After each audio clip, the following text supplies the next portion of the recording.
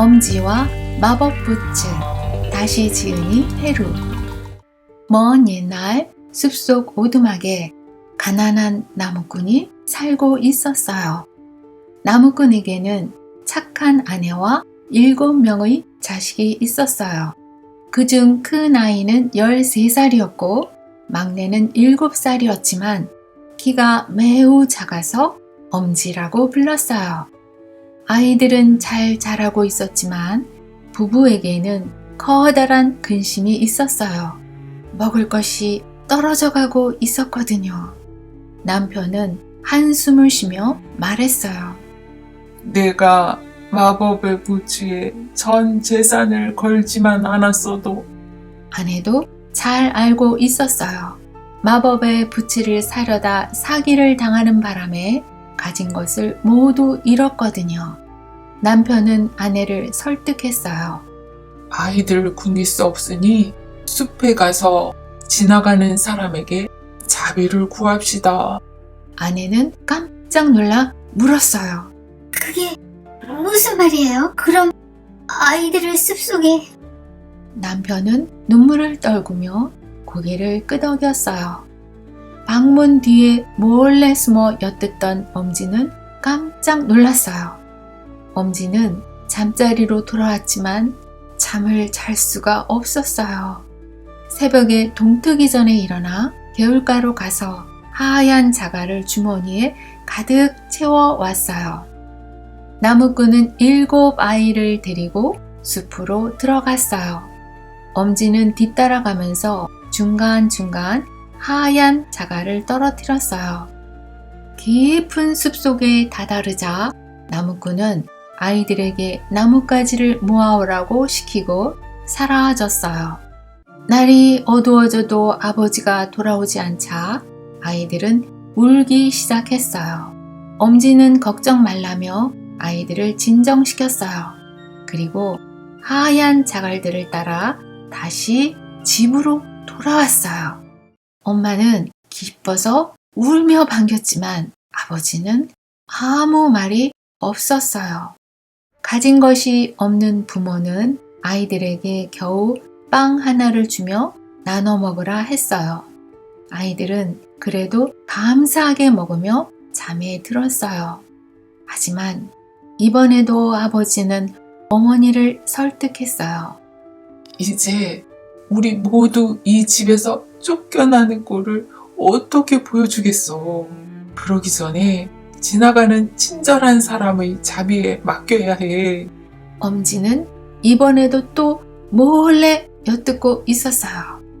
다음 날 엄지는 다시 하얀 자갈을 가지러 가려 했지만 문이 잠겨 있어서 나갈 수가 없었어요. 대신 아침 식사로 준 빵 조각을 먹지 않고 주머니에 넣어 두었어요. 나무꾼이 다시 아이들을 데리고 숲으로 가는데 엄지는 빵 가루를 떨어뜨리며 갔어요. 이번에도 나무꾼은 아이들에게 나뭇가지를 주워 오라고 시켰어요. 날이 어두워지는데 아버지는 또다시 돌아오지 않았어요. 엄지는 빵 부스러기를 찾았어요. 하지만 새들이 다 먹어치워서 없었어요. 바람이 불고 엄청난 비까지 내렸어요.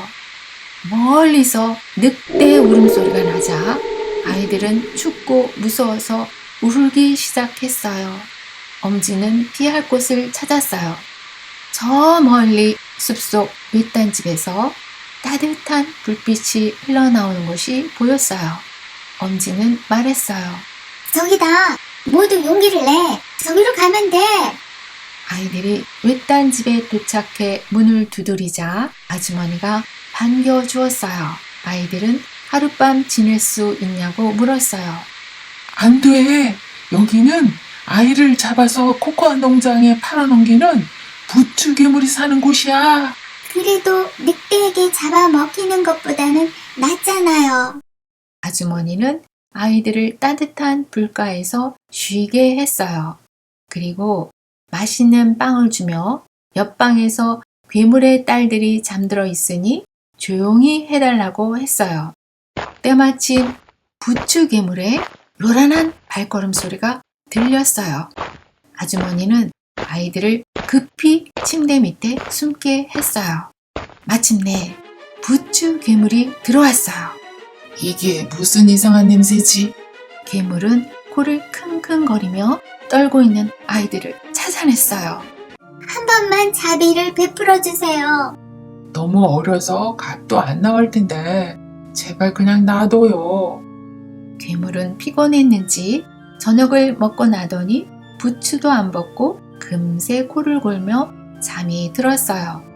엄지는 7딸이 있는 방으로 들어갔어요.